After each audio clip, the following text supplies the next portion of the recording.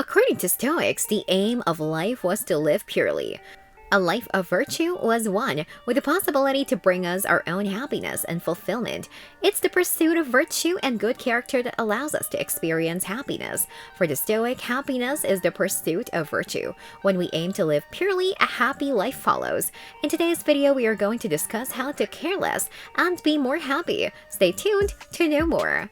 We use words like happy and joy quite casually, but some examples don't really touch on true happiness and joy. They are closer to cheer than anything else. To the Stoics, true happiness and true joy are deep states of being. It is what we feel inside us and has little to do with smiles or laughing. So when people say that the Stoics are rough or depressive, they're actually missing the point. The Stoics were after the ability to be completely content with life. Can you fearlessly face what life has in store from one day to the next? Can you bounce back from every type of adversity without losing a step? Can you be a source of strength and motivation to others around you? The person that can do this is truly and deeply happy. They have that type of happiness that comes from purpose, excellence, and responsibility. The serious kind is far more important than a smile or a cheerful voice. There are a lot of Stoic strategies for being happy. Let's talk more about them. Do less. This is a simple recipe for happiness. It comes from Marcus Aurelius, and the fact that it came from such an active man with so many responsibilities and commitments should not be forgotten. He once said, "If you pursue tranquility, do less." And then he follows the note to himself with some clarification. Not nothing less. Do only what's important. You can definitely follow this advice. So much of what we think we must do, so much of what we end up doing is not important. We do it out of habit. We do it out of humiliation. We do it out of laziness, or we do it out of selfish intent, and then we think about why our performance suffers. We wonder why our heart isn't really in it. Well, we know deep down there's no point, but if we could do less important stuff, we'd be able to do better what is important. We'd also get a taste of that tranquility that Marcus was talking about. If you're liking this content so far, please consider subscribing and liking this video. Now let's continue. Focus on what you can control. The main task in life is to identify and separate matters so that we can say clearly to ourselves which are externalities not under my control, and which have to do with the choices we actually control. Where do we look for good and evil? Not to uncontrollable externals, but within yourself to the choices that are your own.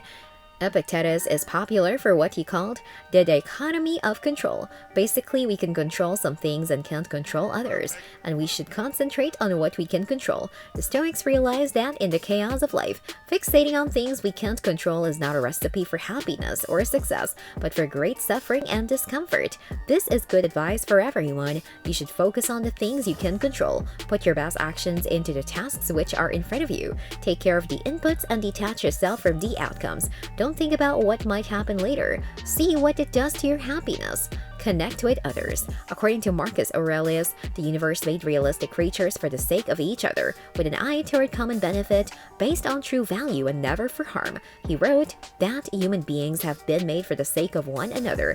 Teach them or endure them. Well, Stoicism is a philosophy that emphasizes independence and strength, genuine character and inner life. It's important that we don't take this as a justification for isolation or loneliness. Human beings are not islands, but we are just social animals. They need community, they need friends, they need connection, whether they are introverted or extroverted.